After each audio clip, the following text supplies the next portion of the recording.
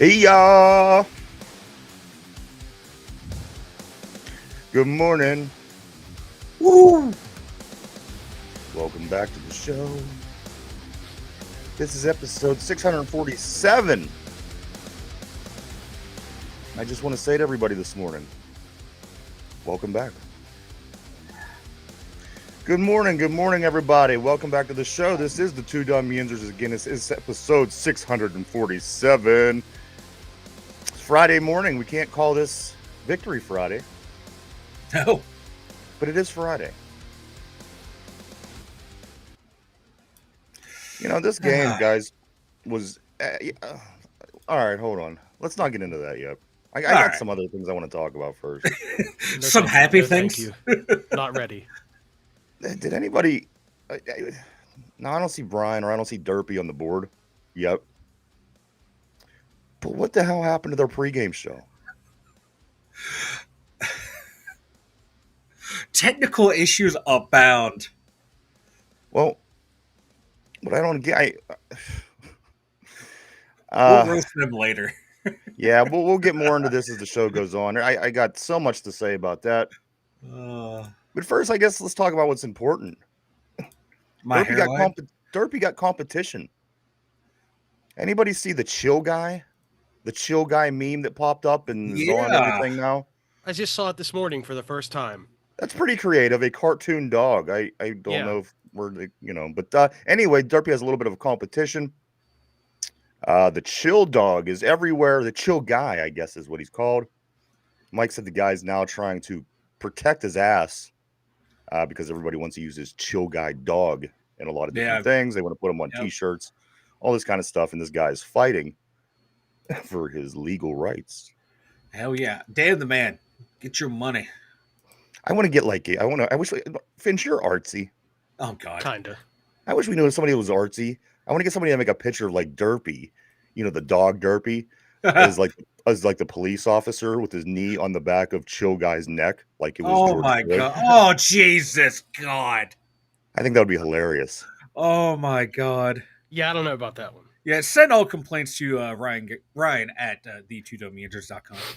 I just thought that would be a really cool thing. Oh my God! And in other situations as well, not just George Floyd, but across the board. Please not. Equally as disgusting. Bruh, exactly. This is what. Good morning to Ron. Good morning to John. Good morning to Finch. Good morning to Mike. Good morning to all. Good morning, everybody. Guys, of course, I'm guessing that most people seen it last night. Pittsburgh Steelers, they take an L to the Cleveland Browns up in Cleveland in the snow. 24-19. The game, the snow was the great equalizer in this game. And let me just give you my thoughts on this. As the Steelers were not that good of a football team the prior two seasons. The Kenny Pickett, Mitch Trubisky, and Mason Rudolph experiment, I guess you could call it. What happened to the Steelers when they won games? They kept it close. They kept it ugly. They kept it low scoring. Now that we're progressing and trying to come off as a normal team, a good team in the league, run your offense now that's getting you there, and you lose the element of kind of the back against the wall, just playing an ugly game, doing whatever it takes, and you have nothing to lose mentality. The Steelers don't have that anymore, which we've had for the past couple seasons. And it was able to get us some wins along the way. It got us an 18-13 win. It got us a 13-6 win. It got us all these low-scoring wins. But as you see our scoring change, and we're scoring points, and you're looking now and we're scoring more points, we fall out of that area. Now, Cleveland, they can play that role, and they could play dirty, and they could play ugly, and they could do whatever they have to do and win a football game the way that the Steelers did, because that's what ugly teams do, and that's what teams that aren't that good do. The Steelers are becoming a good team, so they lose this style of game because, again, it was dirty. It wasn't dirty. It was ugly. It was low scoring, and it was close. So these kind of games, I give the advantage to Cleveland. However, I wouldn't have given the advantage to Cleveland prior to this game had I known that the snow was the big thing here. That was the great equalizer, guys. If it didn't snow like it did last night, I think we win this football game. I guess George Pickens kind of agrees with me in a way. George Pickens says, I don't think the Browns are that good of a team at all. He says, I think the conditions kind of favored them today. And you know what? It sounds excusey, but I agree with it 100%. I think the elements certainly went a long way. I think the 15-yard punt that we had one punt last night, went 15 yards. We went for it 4 times on fourth down. Sorry, 3 times. We're 1 for 3 on fourth down. And in the last 3 games, that is the 6th time we went for it on fourth down. Couple other things, guys. It wasn't a typical game. Again, this game in Pittsburgh in a couple weeks, I think we win this game. But everything that the Browns needed to happen happened. I'm not going to blame referees. I think it went both ways. There was penalties, missed penalties, both sides. I'm not going to blame referees. But at the end of the day, it was a Mike Tomlin trap game, division game on the road on Thursday Night Football. It is what it was, Mike. It has no different result than any other of his losses on the road to AFC North division teams in his past. It's the exact same game, the exact same blown game. Where am I wrong? I was going to say, like, Tomlin does win 75% of the games against teams that have losing records. That's right in line with every other coach in the NFL, like good coaches in the NFL. So, trap game, no. Thursday night game, we're just struggling on Thursday nights. We're struggling in Cleveland. Teams have venues and days that they struggle to win against. You look at the Penguins. 40 years we couldn't win at the Spectrum, it felt like. So it happens, and we're in a rut right now at Cleveland. Short week. Thursday night games suck for the visiting team. It is what it is, man. It's like, we haven't won in Cleveland in 5 years. Yeah, 1-4-1 in the last 6 in Cleveland. Yeah, we do not care. I mean, that's what he's thinking, right? Like, he doesn't care about what those stats say. He cares about getting the win, and they did not get the win last night. I'm reading the board, and I see Ron and John. John, by the way, was in the Discord last night. We were chatting at the end of the game with Derpy, and it was a good time. But let me the snow is the equalizer. Yeah, go ahead. I want to describe just definition here, guys. A trap game is when a stronger opponent overlooks a weaker opponent, and the weaker opponent overcomes the game. Guys, it doesn't matter if it's division. It doesn't matter if the team is from Europe. The fact of the matter, it was a trap game by definition, and these are the kind of games that, again, on the road in the AFC North, Mike Tomlin has never won. That's all I was trying to say. Go ahead, Fitch. Yeah, sorry about that. And these guys on the board are saying F the snow. The snow didn't have anything to do with the outcome. I mean, it did, but it was an equalizer. I mean, what I want to know is, one thing I want to know is, why didn't we trust our punter? Why did we keep going for it on fourth down and not giving our punter a shot? And then you see him kick a 7-yard kick or whatever the heck it was, 14 yards, whatever it was. So what did we see in practice this week that took all of the confidence out of their punter from Danny Smith and from Mike Tomlin? That's one thing I wonder, right? Or from the punt team in general. Back weeks again. We're 2 for 6 in the past 3 weeks on fourth down. We went for it 6 different times, and we converted 2. So I mean, it's not just something that came up this week. It came up before the snow, guys. So I don't know. Is that playing a role? You look at these plays. It's just poor execution. It's poor execution on these plays. That Justin Fields won when he ran to the far side. As well. I'm just saying, like on the snow, the 4th and 2, before it really started snowing, Justin Fields ran to the right side where everyone was. He had an open lane to the left side. He made a bad read. That's execution. We're allowed to hold players accountable too. It's not all just coaching. When they dial up a play for you, and it's there in the blocking assignments, you have to execute on it. We didn't even get to the players yet. We're starting at the top here. Yeah. I mean, we're working our way down. But this trap game, it's a trap game. If you want to call it a trap game, call it a trap game. But I'm looking at it's technically that's what it is. It's not a trap game. It's okay, Mike. Okay, we do have we can't argue about what a trap game is for an hour. Mike's going to march away like he does. So listen, guys. So let's get on and talk about this game a little bit. Whatever it was that the Browns did, it was he's playing. Guys. Okay. So what happened was this: the snow was a great. It made a great effect on this game. No two ways about it. And again, the plays that were executed and not executed, it happened both ways. It was going for Cleveland, and it also went for Pittsburgh. Right. It wasn't. And also another thing, people could say, well, what about why isn't George Pickens getting the call down the sideline and on a pass interference, which I thought he could have. But again, guys, it went both ways. There's penalty calls on both teams. There was penalties that weren't called on both teams. So, at the end of the day, it was an ugly ass game. Yep. The elements certainly leveled the playing field for the Browns. The elements affect execution. You're saying we weren't executing the elements, the elements affected that execution. And absolutely. It came down to that and coaching. I mean, let's be honest here. Questionable coaching decisions. Questionable calls. Absolutely. And the Browns just made less questionable calls. You know what I mean? They made more fundamental calls, and Jameis Winston made more plays. Simple as that. That's why. Absolutely. There's no blaming it on anything. You know what? The snow was more of an equalizer than a blame. The snow was the big equalizer. And the thing is, Jeff, executing plays is one thing in the NFL when guys are really fast, really strong, and you're playing at the highest level. But then when you have snow like they did last night in a game that there hasn't been any snow. I mean, there hasn't been snow yet this year. This is the first. This is the first time we're seeing it. The first time they're seeing it. And to execute in this kind of game the way that you want to, it's almost impossible. So it turns into one of these ugly kind of games that gives a team like the Browns a little bit more of a chance than they normally would have. Let's get to the board a little bit here. Blah blah blah blah. Where to even start, guys? I apologize. Ron says excuses. John says sorry, Ron. The Browns were in the same conditions. Ron says bullshit. Bullshit call. Bad coaching. Wilson takes more sacks. He could get the ball away a little bit more. I think we could all agree on that. He holds the ball a little too long, which we knew coming in. That's no surprise. We knew when he came here, he held the ball. As a matter of fact, I think him and Justin Wilson, they both were the two quarterbacks that held the ball the longest out of all the active quarterbacks in the league.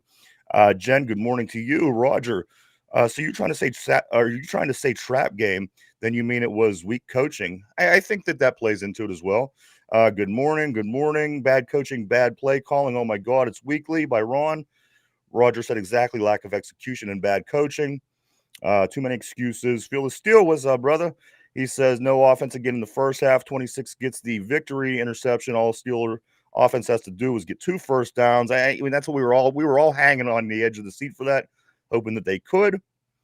The D is number 1 in pay, but the results aren't number 1, according to John. We kept trying to run up the middle on 4th down. You know what? That play isn't working. When we handed off to Najee Harris on 4th and 1, and it isn't working. If you're going to everybody knows he's going to get it. They're going to stack him and they're going to stuff him. Exactly. Also, John says Garrett shut down the TJ Watt talk. Yeah, he sure did, man. Jen, we saw this game on the schedule when it was released on a Thursday, a few days after the Ravens. Didn't think that it was going to be a win. She didn't. Also, John says the Steelers scored their touchdowns in the snow. And Phil Steele says don't put the loss on the Steeler D. Steeler D turned the ball over many times. And the thing is, guys, I mean, we could honestly sit here and point fingers all week long. We have the Bengals next. We could point fingers for the next 9 days, 10 days, whatever it is. But Finch, the fact of the matter is, there's not much that you could do in a particular game like this. Maybe the Buffalo Bills can find a way to win a game like this. But a lot of times, I think, as we keep using the term evening the playing field, I think that's what weather like that does. And I think that ultimately decided what this game was. Does this mean that the Cleveland Browns are better than the Steelers? I don't think so. Does this mean that the Cleveland Browns are going to do better? I don't think so. It was what it was. It was an ugly, low scoring, snowy. Again, Cleveland missed plenty of passes as well. Nobody wanted to be there except for the fans. Somehow, right? You know what? Good for those fans. You know what? Good for them because you know who wanted to be there most, Finch? The guy banging that stupid garbage can. Oh my gosh, dude! I eventually even Al Michaels said something about it. He was all doped up on Xanax. I couldn't believe it. Al Michaels could even hear it, but he did, and he made a comment. And we're on the Discord talking about it. We're just like, what is that freaking? Are you kidding me? Like, yeah. What are they doing, dude? I've never noticed that before. Do they always? I've never noticed that before. Maybe it was the thing. Maybe somebody snuck something into the stadium. Who knows? Cleveland, those people are they're diehard fans, but they're also, morons. So yeah, no arguments. One thing I did see, guys, on the Twitter feed, I guess you could call it now, X, guys, Antonio Brown says, somebody get a hold of Coach. I will play the rest of this season for free. Obviously tongue in cheek, but you know what? At this point, guys, I think Antonio Brown, who's been out of the league as long as he has, is more productive than a Van Jefferson right now. Guys, I would take Antonio Brown. Again, I know he would be many headaches, and of course it is tongue in cheek, but you know what? Could you imagine plugging him into this offense right now? How far that could go? For free? What kind of tax break is that for the Roonies, right? Yeah, right. Omar is probably licking his chops right now. Absolutely. Is he kidding? Is he being truthful? Exactly. Hey, Van Jefferson had 3 for 39. Put some respect on that name. I as soon as he mentioned Van Jefferson's name, I was thinking to myself, Mike was really hyping him up during the stream last night. Was he? He was in the chat. Van the man. Yeah. He had that one good catch. He did have a catch. He did get his catch. Every week he gets his one catch. I do give you that. I think he had 3. He did all right. Let's look at some numbers from this game, guys. The Steelers outgained listen to this. Now, remember we lost, okay? Steelers outgained the Browns 368 to 304 overall. Through the air, we outgained them 248 to 219, which Russell Wilson goes 21 for 28 for 270 yards and 1 touchdown. That, to me, doesn't sound like it was affected by the elements too much. However, the running yards for this game was 120 for the Steelers, 85 for the Browns. Both teams had 17 first downs. Get this, on third down, we went 7 for 16. They went 1 for 10 on third down. On fourth down, we go 1 for 3. They go 4 for 4. Jesus. We give up 4 sacks. They give up 1 sack. They punted 3 times. We punted 1 time for 15 yards. They fumbled twice. We fumbled once. And they threw an interception. We did not. Time of possession, guys, 35:02 us to 24:58 them. In the decent weather, guys, we won this game. Yeah, without the weather, I think we do in this game. Outside of Cleveland, we win this game. I think if it's in Pittsburgh and snow, we win. And like you're saying, Ryan, like what killed us? Yeah, third down, we were 7 to 16, but like I felt like most of those happened in the second half. Like it felt like the first half we could not keep a drive going once it hit third down, and that's what killed us. The offense didn't come alive until the second half. And I'm surprised we had that many rushing yards. How porous the O-line was all game. Boy, they were bad. It was really obvious on the pass, right? I mean, don't get me wrong. It was hard for Najee to get out of the backfield. Warren hits the hole a little bit quicker. He was able to pick up his yards. But, Mike, I can't think of a pass play where Russell Wilson did not have somebody in his face. And it wasn't just coming from the edge. It was coming up the middle too. Isaac Seumalo had one of his worst games I've seen him have in a while.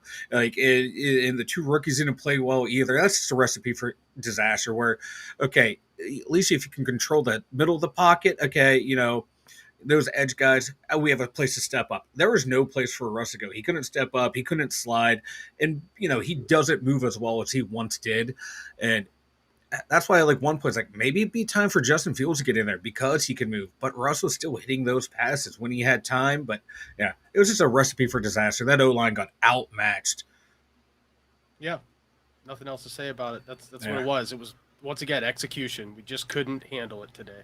Yeah. And the thing was that the game was scheduled one day earlier, again, and there was no snow. This could have been a totally different game. And I'm not blaming the snow. Because Cleveland had to play in it. But again, right now, who benefits more from playing an ugly game? I would think that the Cleveland Browns, who were down and out, would be that team. And it was. It was their Super Bowl. The way they were talking about it before the game, the way they were acting during the game, and the way they were talking in after the game. It was like, this is their last hurrah in the season, was to play the Steelers at home. And they had that emotion where Pittsburgh, we had our emotional game the week before on a Sunday, short turnaround. It's what happens. Yeah, for sure. We weren't going 15-2. Guys, the 14-3 maybe. The offensive numbers look like this. Again, Wilson went 21 for 28. He had 270 yards and a touchdown. Jaylen Warren had 11 carries for 45 yards. Harris had 16 carries for 41 yards. Basically the same thing. Warren did have a touchdown, though. Calvin Austin had 3 catches, 78 yards, 1 touchdown. Pickens had 4 grabs for 48 yards. On the defensive side of the ball, JPJ, that's right, Joey Porter Jr. led the team in tackles. Oof. I don't know if that's good. That's not good. 5 tackles and 1 assisted tackle. Herbig had 5 total tackles and a sack. Of course, he stripped the ball. And then Dante Jackson had 3 tackles and an interception. Again, we had plenty of things in this game that could have certainly been the deciding point to help us win. But you know what? The snow. Again, not an excuse, just being obvious, just being truthful. It was the snow that made the difference in this game. The only thing that we could do, guys, is get ready for the Cincinnati Bengals, who has a lot stronger offense than what the Cleveland Browns do. We're going to be seeing, again, go back and look what the statistics are of what Jamar Chase and Joe Burrow has done to the Baltimore Ravens the 2 times they played them this year, and that'll give you an idea of what they can do on offense, guys. Yeah, that's what I think people are forgetting that this Browns team, they also beat like you said, they beat that high-powered Baltimore Ravens team. It's not like this is a team that come in and was winless. They played divisional opponents tough, and these things happen. You're not going to win every single game. We're told we can't be joyful when we win, but now we're being told it's the end of the world, sky is falling when we lose by 4 points.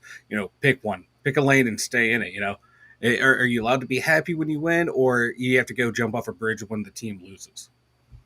Well, it's like winning the battle but losing the war, essentially. Yeah. There's still how many games left to play? There's a lot left to go. It's a long season.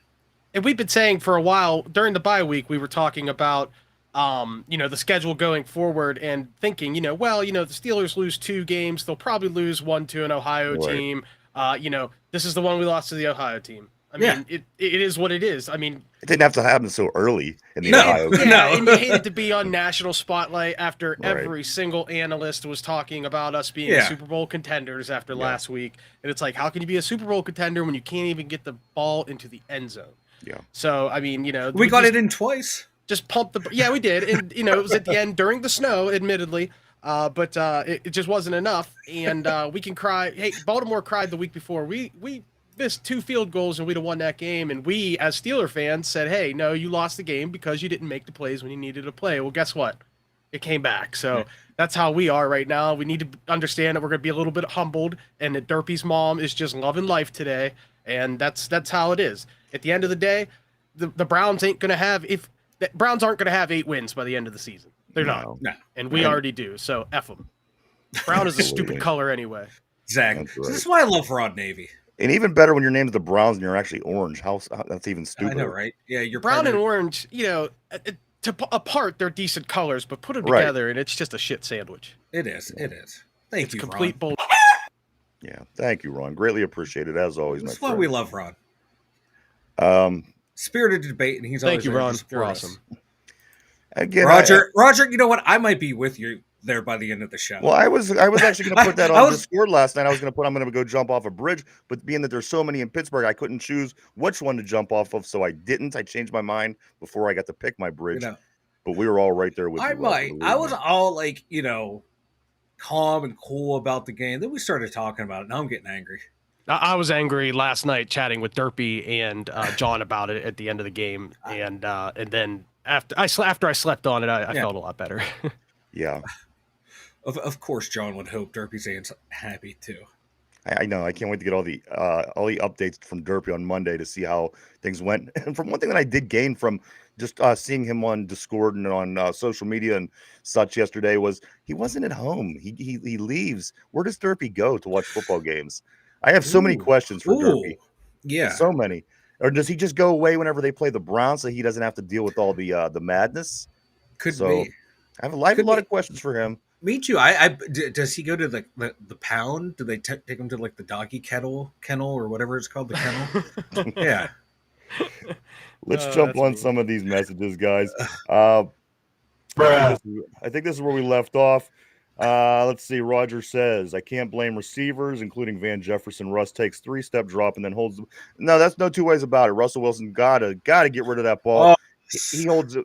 And we heard this might coming into the season. Yeah. that he holds the ball way too long. You know what? He holds the ball way too long. Like he's like 6 years past to when I think his legs would allow him to do that. You're starting to see how, like, it's like latter day Ben in the pocket. You can see they know the rush is coming and they know they got to move, and it's like a diesel engine, man. That those legs are not moving as fast as they want them to move to get out of the pocket. So yeah, he's got to make quicker decisions.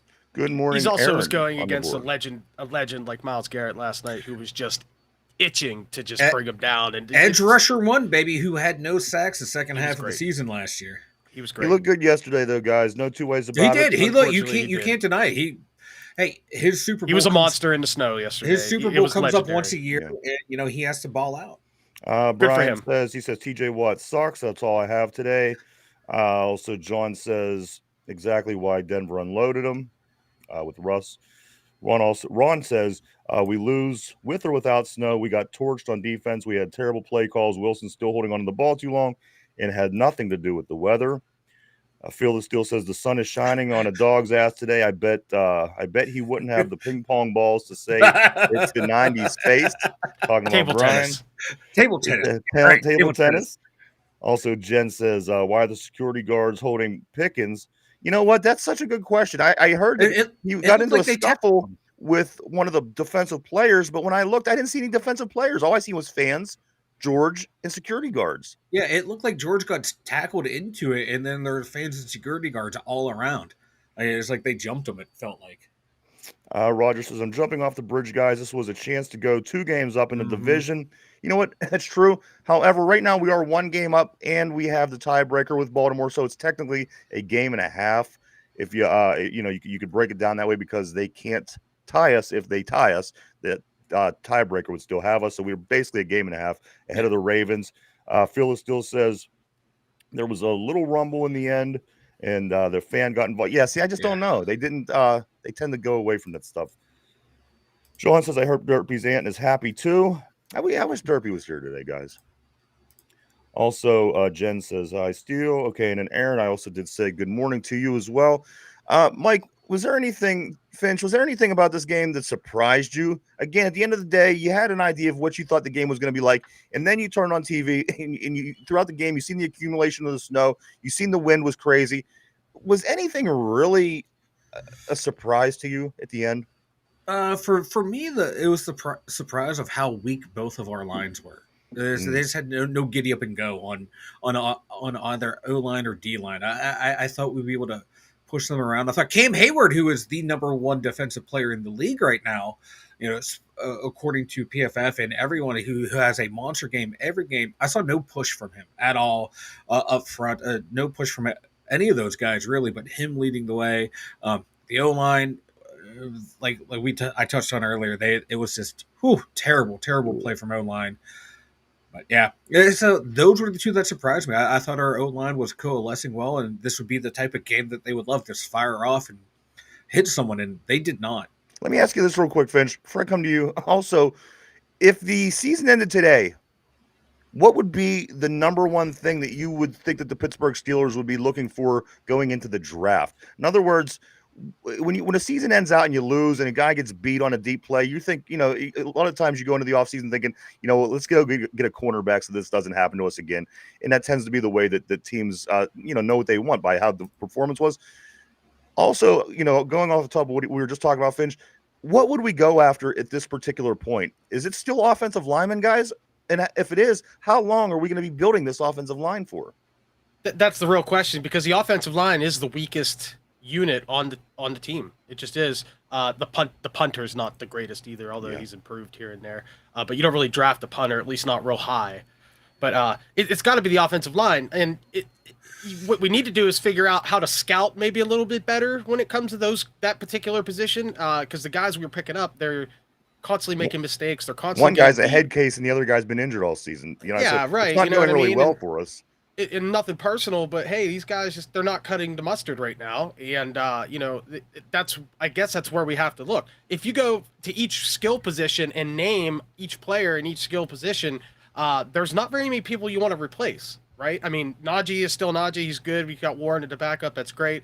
It would be nice to have another tight end, somebody with some really great hands. But Muth is coming along, and he's a fan favorite. You want to see him do well, and he can do well. He's proven himself. Yeah. So he's getting the snaps as he should, and he had a couple catches last night. It was nice to hear his name getting chanted in the stadium. So, or at least one catch. So the offensive line is probably where it's at right now, and you also have to start looking at a replacement for Cam Hayward. I mean, we love the guy and everything, but this is his 15th season, 14th season, something like that. So it might be a good idea to find that stud if he's there. If we end up picking in a 20-something spot, which is most likely how it's going to end up unless we make a miracle run, that guy might not be there by that point in the first round. But those are the two positions I would look at: is shoring up the middle of the defensive line and shoring up the offensive line. GM Mike, what do you think? Right now, if we were going into the draft weekend, what position do you think that we would be focused on? My main position would be D-line, early and often. I think we can. You get Fatano back. McCormick and Frazier are showing, they have great potential. Yeah, they're rookies. They had a down game this year, but they've been playing well above expectations. Sayamalu you'll have back. I think he still has another 2-3 years left in him. I'd re-sign Broderick Jones, and I would try and pull the Chase Claypool with Broderick Jones. See if we can flip him. Just get him out of here. He had a good 9 games in his rookie year. I'd say flip him and put Fatano at right tackle, keep Dan Moore at left.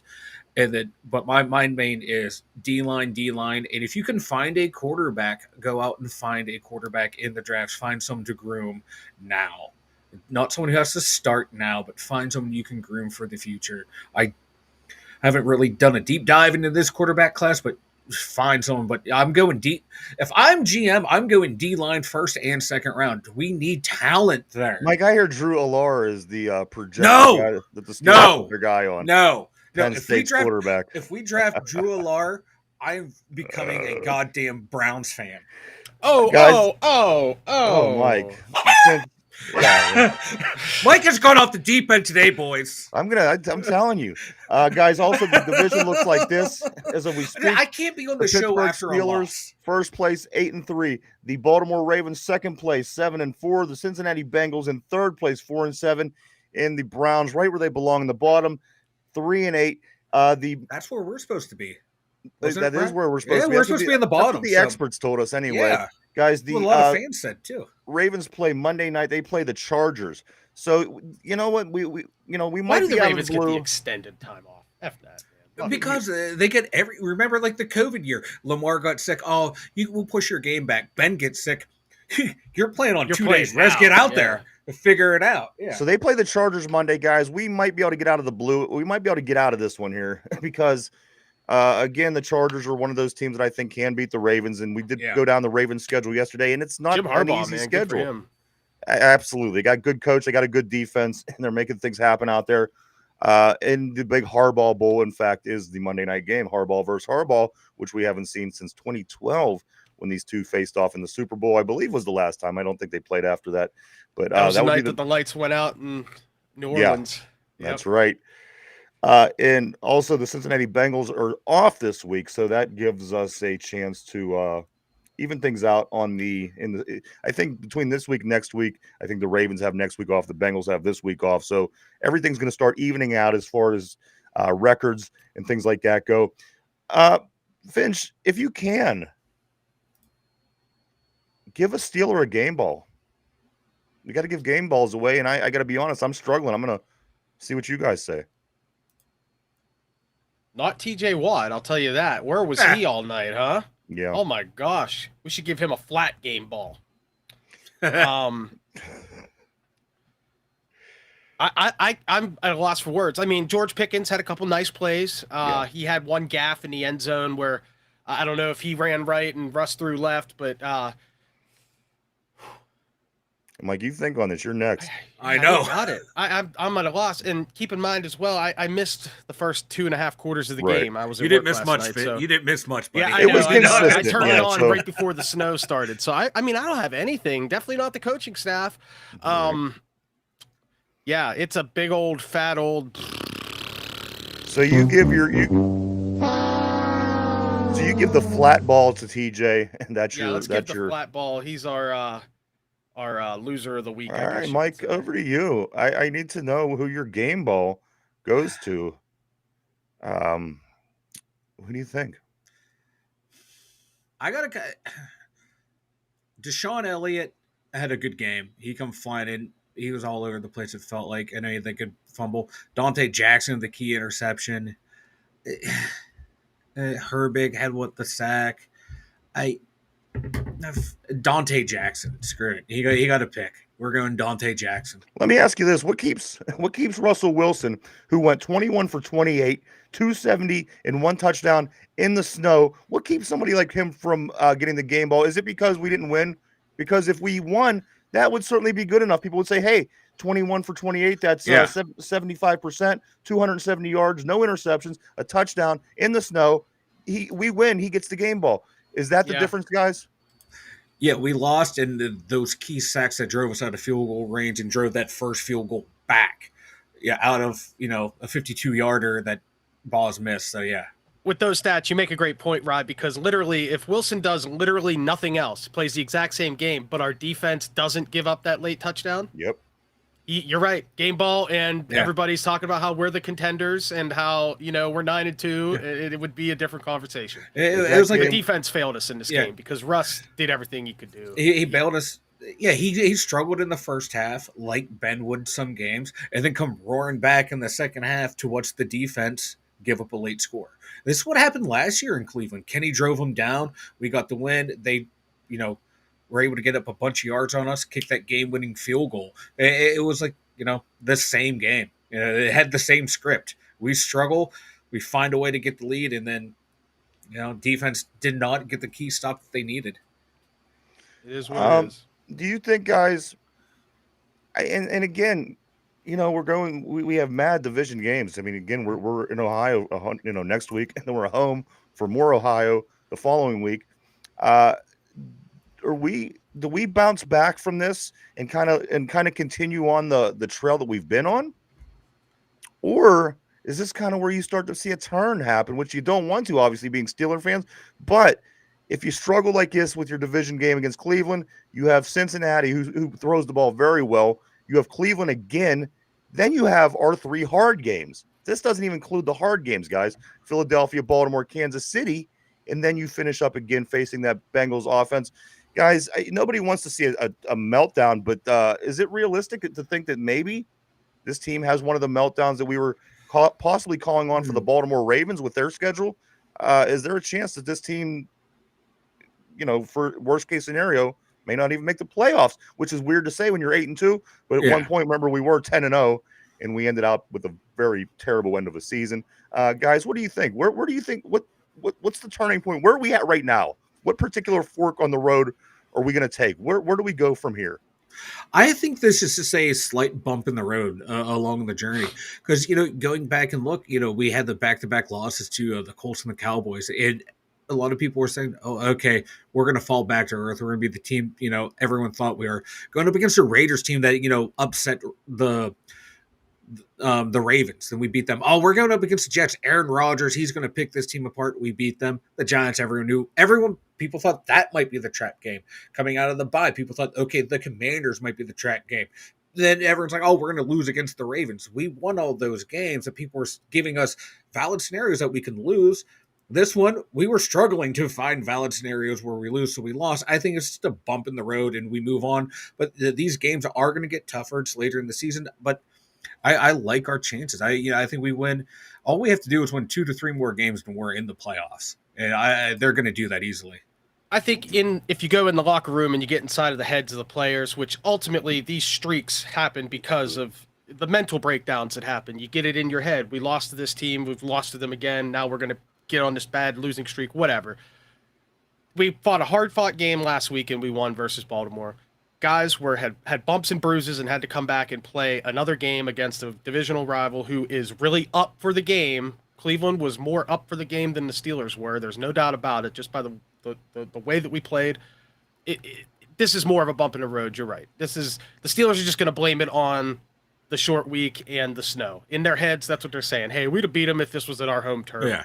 And they'll use that as their motivation to not get screwed up going forward. You know what I mean? Do you think this could possibly, we could be looking at this in the rearview mirror next week saying, oh, that's what that was. It was a bump. We're back on track. We're playing good football. And if we win, yes. If we lose, no. Yeah. And that will be the narrative either way. Is we just got to enjoy the fact that we get the 9 days before we have to play again. So the team can get those bumps and bruises healed and they can focus on 9 football. days to figure out how to stop Jamar Chase.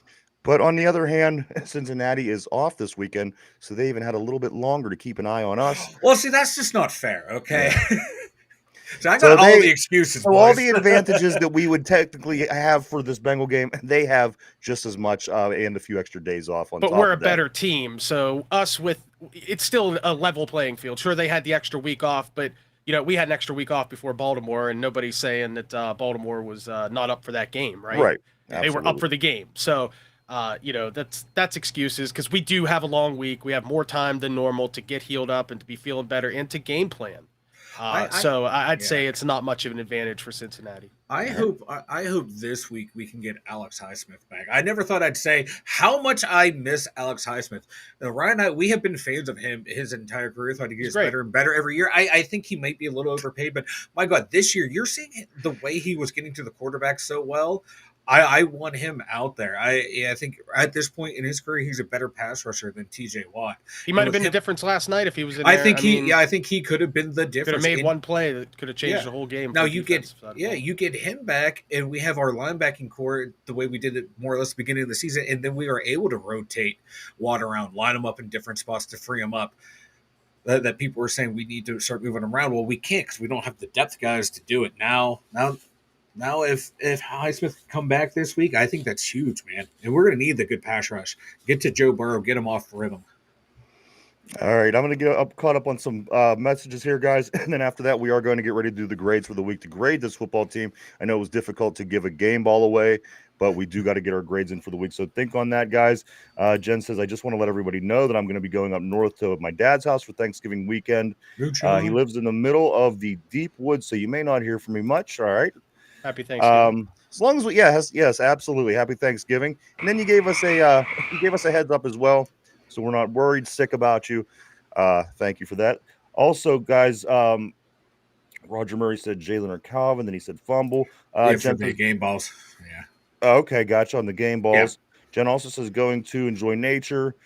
He has black bear, huge bucks coming in and moonshine. Makes moonshine. Moonshine. And Mike actually goes back and responds and spells moonshine incorrectly. So I know. I was so pumped up for the moonshine. I noticed it. I said, F it. I'm hitting enter. Phil says, what the F, you guys? You get the ball with 422 via interception. Can't run. And, that should have been the game. You're right. That should have been the game after the interception. Highest paid defense in the league. You got to step up. Roger 11-0. Okay, he was referring back to that season when the Steelers started 11-0. Phil still said gobble gobble gobble to Jen. Jen says I'll try to check the internet, but it's sketchy up there up north. Phil the Steel also said field goals and 3-and-outs will not win games in the playoffs. There's Buffalo, Baltimore, Kansas City, whoever the Steelers play. I couldn't agree. It will win against Baltimore, though. It will win against Baltimore. We did it last week. That might we be did it last week. One. The other two.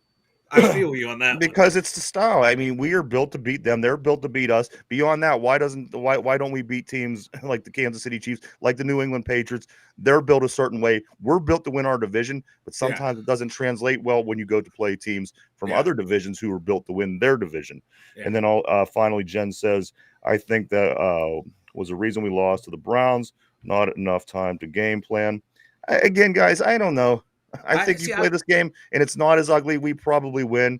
I just think, Mike Finch, this was an ugly, snowy game, and you can't execute like you'd like to. And the team that's not as well, I think they gain advantage because they could benefit from the ugliness. Weather is a great equalizer. People don't like to use it as an excuse, but it is a fact. It is a great equalizer. Watch Tom Brady, Peyton Manning in the rain and the snow. They're not their normal selves. And people might say to you, Mike, they might say, well, Cleveland had to play in it too. They did have to play in it too, but somebody has to win. When teams here and the level gets dropped down, you become so much closer. Right, and somebody still has to win. And Cleveland won this kind of game, and again, this was the kind of game that we had to win before we started building an offense and improving in that area. Yeah, still not to where we want to be, of course, but certainly we've come a long way since Kenny Pickett's rookie year. Guys, let's get into this grading for this week. This is going to be on a just a normal grade scale, as you would have gotten school, guys. A, B, C, D, F. I'm going to go through the positions. We're going to knock this out, fellas, and we're going to grade every single position by position. Mike, they've been pretty good grades up to this year. I have a feeling this one's going to look a little bit more like my report card, but nonetheless, let's get this going anyway. Finch, I'm going to start with you today. What do you grade the quarterback position for the Pittsburgh Steelers last night? A through F. I guess you got to grade Fields and Wilson in this. C+. C+. Okay. If you take out the fourth quarter, it's like a D-. Yeah. But we picked up the game, picked up the pace later in the game. Russ made some pretty decent decisions. Frankly, he made a couple nice throws that just didn't get caught. You got to give him some credit. Like you guys said, the snow was starting to get insane. And I mean, typically he was never really a big snow player up in Seattle. So you got to give him some credit. And again, it is what it is. Again, they win this game. He may be the game ball winner with his numbers. He's probably the best player on the team. Right.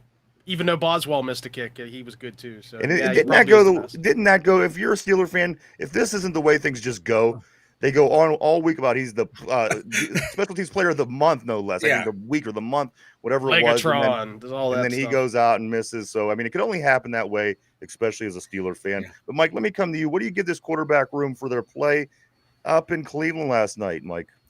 I'm a little harsher. I'm going to go C-. Russ holding on to the ball in the first half the way he did, knocking us out of field goal range a couple times. That kind of screwed us over there. Yeah. All right, back to you, Finch. Running backs: Najee Harris, Jalen Warren, Patterson. What do you give these running backs? I'll give it another C+.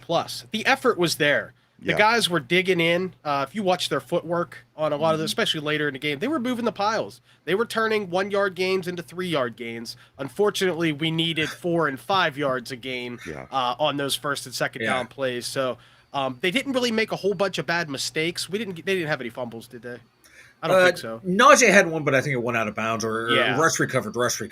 But okay. But they weren't terrible. They didn't cost us the game. But you would like to have seen them do better. And that's one of the positions that are more affected by conditions than some of the other positions. So Mike, running backs. You lose. What do you give these running backs? Yeah, I'm gonna go. I agree with Finch, C+. Like you said, the effort was there. That's what I'm saying, guys. It wasn't a terrible game. There wasn't mad mistakes.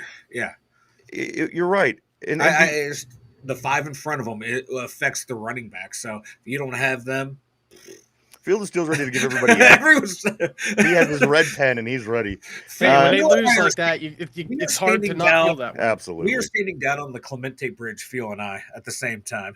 Tight ends, Finch. Come back to you. Washington, Freiermuth, Connor Hayward. What do you give the tight end room, Finch? What did they do? They didn't do a whole lot. I mean, there was a couple. Connor Hayward was a costly penalty early in the game. He had a bad penalty. Okay, yeah. He had a lot. He did something later in the game that made up for it. He was equal. He had something bad early and something good later, so he kind of X'd himself out. I think Pat Freiermuth had a couple grabs. I think Washington had a couple grabs. Yeah. He ran him downfield wide open, and Russ didn't see him. Yeah, give me a D on the tight ends. They didn't change the game. They could have been a lot better. Mike, tight ends. What do you give these guys?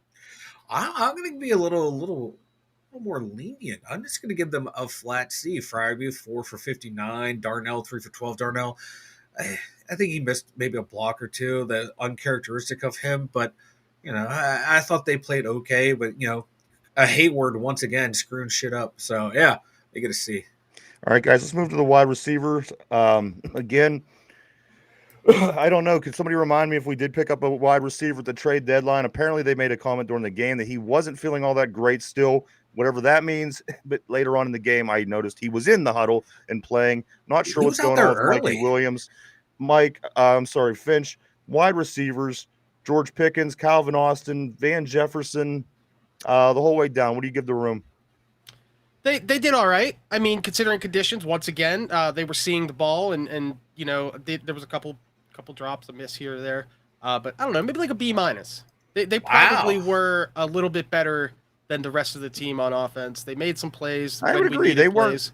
You're right. There wasn't a lot of drop passes. And the drop passes that were, it was a snowy game, and you're going to see that no matter who's on that and once football again, field. the effort was there. I mean, you watch George run down the field. He was running full speed. He was not running like a man scared to be on the ice. You know what I mean? Calvin Austin's touchdown was nice.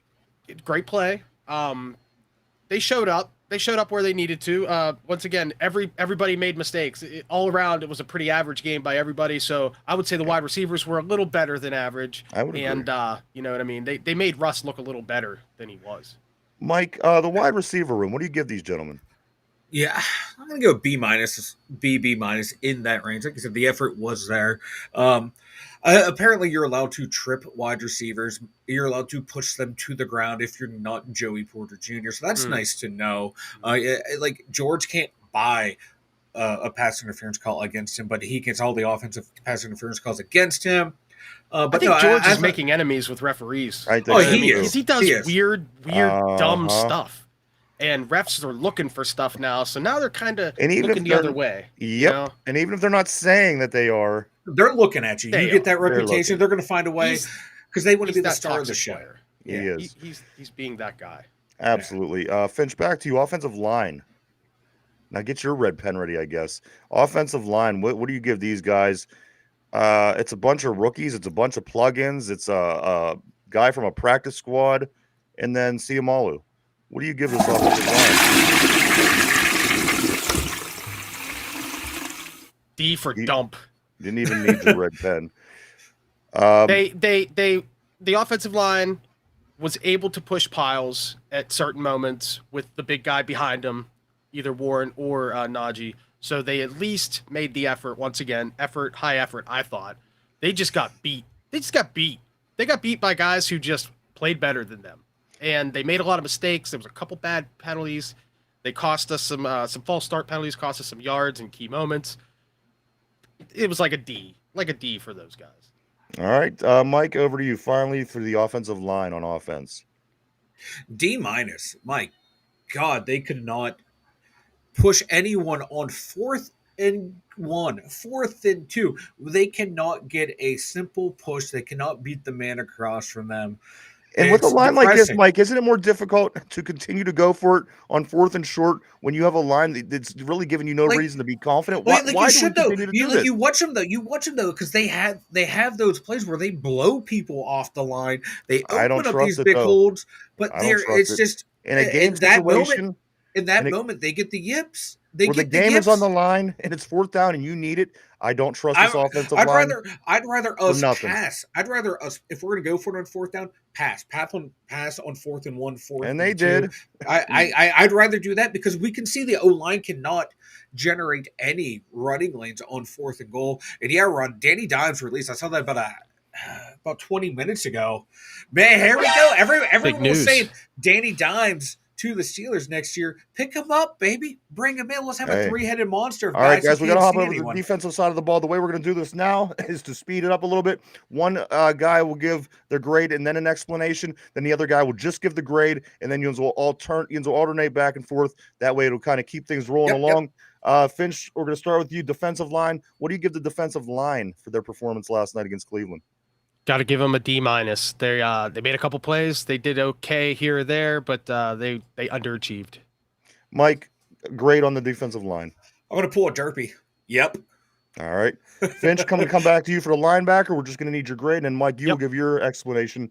Finch, linebackers across the board, inside, outside, all around the linebackers. How'd they do? C minus. Mike, what do you think about these linebackers? Yeah, I kind of agree. C minus D. Watt was invisible. Queen had some bunch of tackles. Herbig had a couple nice plays, but yeah, ineffective, baby. Ineffective. D minus according to Ron on the board. Let's go to the defensive backs, Finch. This one's for you. Defensive backs. What do you give the Dante Jacksons, the safeties, and Minka and Elliott? What do you give all these guys? JPJ led the team in tackles. What do you give this secondary? C minus. They did okay. I mean, they kept the big play down for the most part, but they did give up some middle of the field stuff late in the game that really cost us. So, all right, little less than average. Mike, what do you think? Yeah, I'm right in line with Finch. Okay. Coaching. Hard coaching. tackling. They were tackling hard. I'll give them that. Yes. Coaching, Finch. What do you give the coaching in this game? I seen a lot of negativity going up and down the board about coaching. I think that you could certainly pick some things that we could certainly do better at. But overall, I don't think Finch. What do you grade the coaching? Offense, I give it defense, D-. Outcoached. Okay. Outcoached. That's all there was to it. Mike, special teams. Or I'm sorry, I'm coaching. I'm sorry. C-. We made the adjustments in the second half, but wasn't enough. All right. Finch, special teams. We had a missed field goal. We had a 15-yard punt. Coverage wasn't fantastic, but the weather was what the weather was. What do you give the special teams in this game? Got to give them a D. Nothing fantastic, like you said. The punt was terrible. Okay, Mike, special teams. I agree. It was a bad night for a unit that has been lights out all year. You know, shit happens. And finally, Finch, overall, what do you give the Steeler performance overall for last night? C-, less than average, but not. I mean, they could have won the game. You know, if we went out there and got blown out 40-0, you give them an F, right? But you know, we got to give them a little bit of some credit, especially in the second half. And you get that yard late in the game to pick up the first down, and we win this football game. I mean, it's as simple as it is. It came down to that. We couldn't do. What we get a couple of penalties go our way that should have been called. We win the game. You know, if we get that kick early in the game that misses a field goal, yes, you know, maybe that sets the tone. You know, who knows? You can't. The team played hard. You got to give them something for the effort. And absolutely, it wasn't like they didn't play a terrible game. They didn't shoot themselves in the foot. It was what it was. It was ugly. It was the Browns. It was in the snow. That's why I'm going to be able to sleep okay, I think, moving forward and getting ready for the Bengals. This one isn't going to wear and tear on me like the way some games do and can do. I think I'm going to be fine with this, and I'll be ready to move forward come next week. Mike, overall, what do you give the grade for the Steelers overall yesterday? D+. I think if it's a C+ game, we win easily.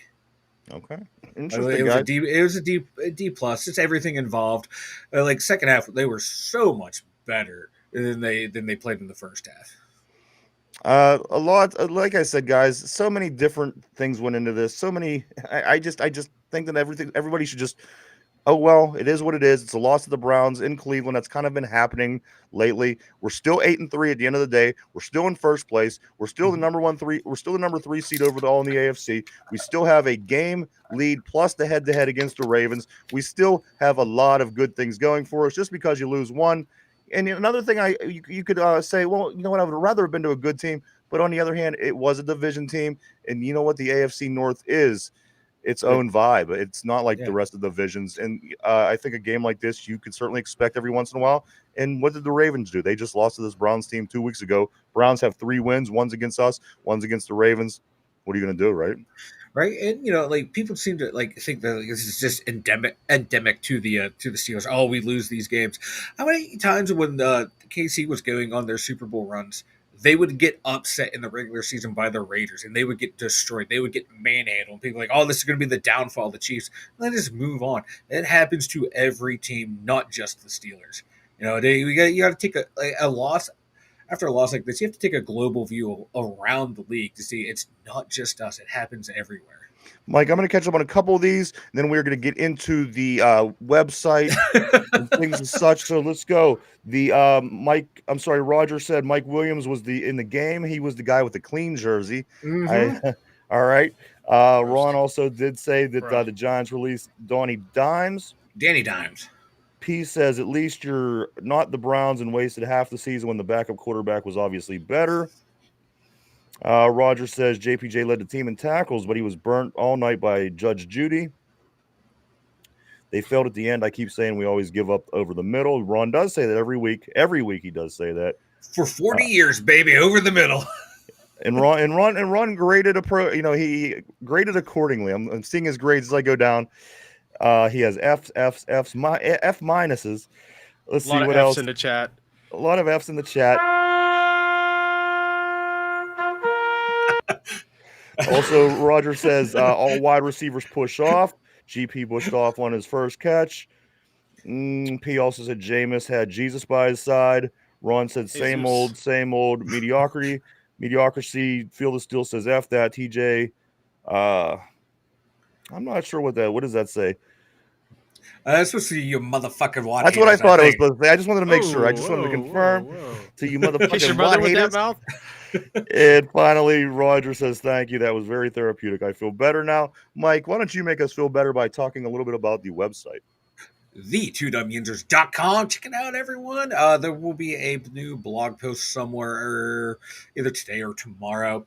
Will be up. Got the merch store over there. Check it out. Remember, the link to the Discord's over there. If you're new to the site, please, or new to the channel too, check out the website, check out the Discord, like, subscribe, notifications, all that fun stuff. Check it out. Jen on the board says, I'm sticking with incomplete across the board. I think that's safe. Again, I don't think anybody is super bummed. Yeah, you're bummed. We lost to the Browns. But at the end of the day, we're still sitting in good position. Mike, what did we do early that helped us?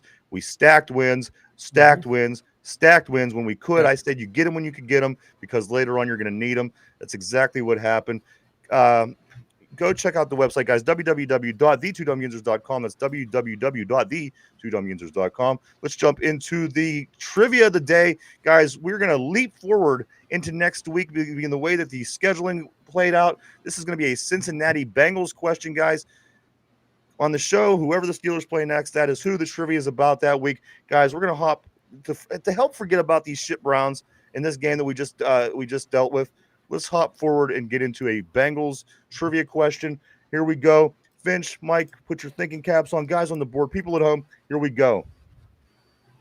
What was the name of the stadium that the Bengals shared with the Reds from 1970 to 1999? One more time, guys. What was the name of the stadium that the Bengals shared with the Reds from 1970 to 1999? Take a minute to think that over, guys. We're live 5 days a week, right here, Monday through Friday, 11 a.m. to 12 p.m. Eastern Standard Time, right here on YouTube.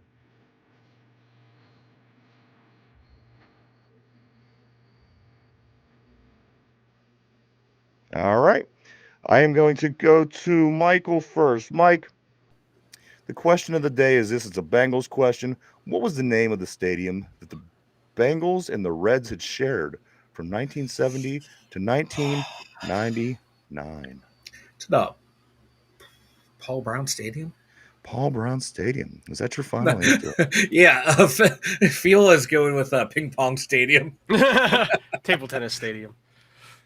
Mike, you're going with Paul Brown Stadium. I'm good with Paul Brown Stadium. All right, final answer. Got you locked in. Finch, I'm going to come over to you. You know how sometimes the first thing that pops in your head, you don't know if it's right or wrong, and then you think about it for a moment, and you're like, there's a reason it popped into your head. Right. For some reason, I'm thinking Riverfront Park. Riverfront Stadium, something like that. Riverfront Stadium. Is that your final answer? Yeah, that's my final answer for sure. It's the only thing I could think of. Great American Ballpark, obviously, is where the Reds play now, right? Yeah. The only thing I could think of. I would have said Paycor because that's where they play now. The guys, it was the Cookie Cutter Stadium. It was identical to the Three River Stadium. It was built in the same year as the River Stadium, and it almost got teared down to the same year as Three River Stadium. Guys, the correct answer was on the board. Ron, you're correct. Finch, you are correct as well. Riverfront Stadium was the Cookie Cutter Stadium that the Reds and the Bengals shared for almost 30 years. The Riverfront Stadium. As soon as I saw Ron posted, like, it popped into my head too.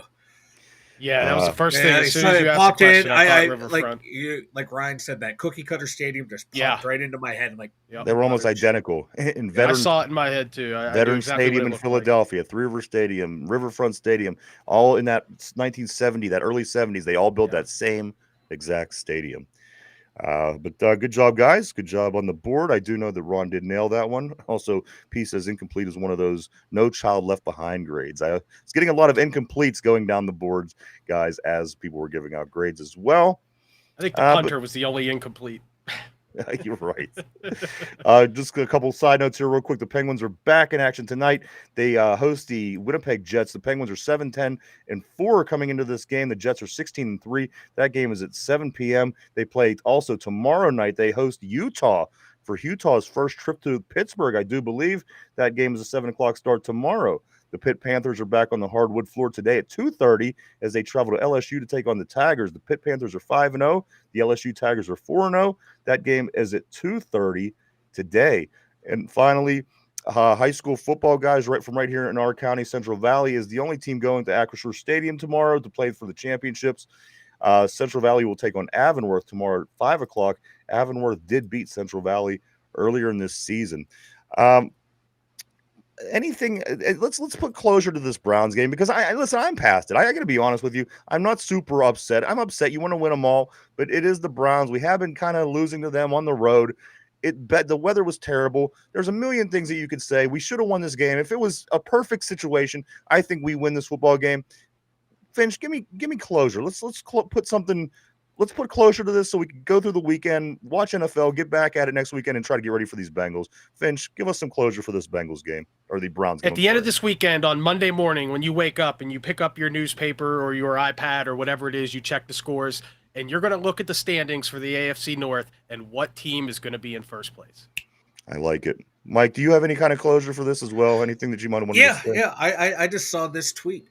Bengals can't beat the Ravens. Ravens can't beat the Steelers. Steelers can't beat the Browns. Rock, paper, scissors. Does that not sum up the AFC Rock, paper, North? scissors. You know, there are certain immutable facts in the universe. Steelberg, Tiger. Those are happening right now, you know. And just remember, everyone, look, Earth's still spinning. We're fine. Game day next Sunday. That's what they tell us. My thing is this, guys. My thing is this. It doesn't have to do with the Steelers. That's why I let these guys do the closure bit. Major League Baseball plans to start testing robot umpires in spring training this upcoming year because they plan to use them entirely in 2026, guys. Not this upcoming baseball season, but the next baseball season. They're looking to have the robots running the show. I dig this. I look forward to this. I cannot wait for this. I can't wait to see how this plays out. Do we get celebrity robots come in and do maybe like Daft Punk comes in for one, and that's what I'm talking about. The maid from the Jetsons calls a game. That would be awesome. You know what I'm really freaking me out though. I like these robots and these Optimus and all these new but they all have Elon Musk's voice, and that really freaks me out. Did you see that where they were introducing the Optimus robots and they all talk like Elon? Of course I they don't do. know. That weirds me out, but that is creepy. Guys, anything else? Ron. Thanks Elon again. says strike two for Tesla. But no, Ron, thanks again. Oh, yes, against the Bungles or the Bengals. Mike, could happen. Wrap it up. Well, we do have a week to prepare. We got a week to talk about it and figure out what the hell is going to go on. I think we're going to win, but you know what? I thought we were going to win yesterday. Mike, before we got to go, what do you got, man? Jen, yes, happy Thanksgiving. Since we will not see you next week. Safe travels, Jen. And see you all here Monday, bright-eyed, bushy-tailed. We'll all be in a better mood. Yes, P, I do agree with you 100%. Whether the other guys on the panel do, I agree with you. Skynet, baby. Guys, but I do got to say this as well. We are going to be, next week is going to be normal. We will be off Thursday for Thanksgiving, but we will be in Monday, Tuesday, Wednesday, and Friday. So everything will be normal except for Thanksgiving Day. So we hope to see everybody on Monday morning. Just let me double check here real quick. It looks like I have everything. Finch, anything before we wrap it up for the weekend, brother? No, hey, thanks for having me. This was a fun week. I've been having fun dealing with the podcast, and the Discord has been a blast so far. Everybody who isn't on there, please check it out. Also, make sure you hit the like button if you're watching on YouTube. And thanks. We'll see you next week. That's why he's the man. Well, that and he has testicles, but that's Finchy. He got two of them, my man. Ron, thanks again. Happy birthday! Oh my goodness. Thank you, buddy. No wonder Ron is extra pissed off today. I would be too if they lost on my birthday. Yeah, me too. Especially because my birthday's in July. But no, thank you so much, guys. I do want to say thank you for everybody coming and hanging out and Yes. checking us out today. We appreciate each and every one of you. We really, truly, honestly do. We wouldn't do it without you. Believe me. Thank you, everybody on the board. You guys always keep things interesting. To you, Finch, thank you as well, my man. We love having you on board. We love what you bring to the table, and we look forward to the moving forward. For Mike in the Steeler Central Mobile Studio, for Finch, myself, the Two Dumb Ninjas, guys, you don't have to jump off a bridge. We got the Bengals next. I think we're going to be on track. But Mike, you can go jump off the bridge. Everybody else, Yes. You have a safe weekend. Everybody, take it easy. Stay safe. We'll be back first thing Monday to get ready for Bengals week, guys. So have a great weekend. Thank you so much once again. We'll see you on Monday. Bye-bye.